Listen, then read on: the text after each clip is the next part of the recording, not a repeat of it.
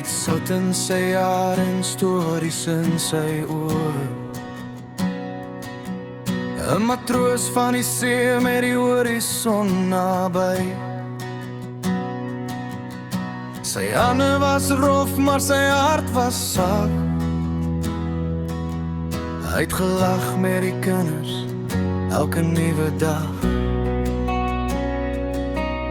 As die branders roep en die wind kom praat, was hy altyd daar, sonder om te vra.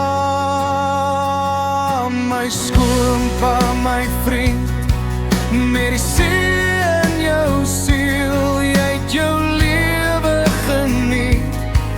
Jy het baie gegee vir jou kinders, jou mense, jou huis en jou naam. Jy was meer as 'n matroos, jy was ons man. Hy het geweet hoe om stil te wees, hoe om te hoor,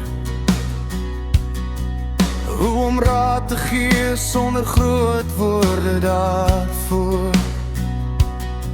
'n Kompas vir sy kinders, 'n anker vir my. In storms en stilte het hy langs ons bly. As die nagte lank was en die dae swaar, was sy geloof en liefde altyd daar. My skoonpa, my vriend, met die see in jou siel, jy het ons geleer wat dit beteken om te voel, om sterk te staan, maar sag te bly, soos golwe wat breek maar nooit verby. Nou vat die wat die water altyd kalm bly, waar geen storm jou hart meer kan kry. Maar in elke brander, elke seasoning,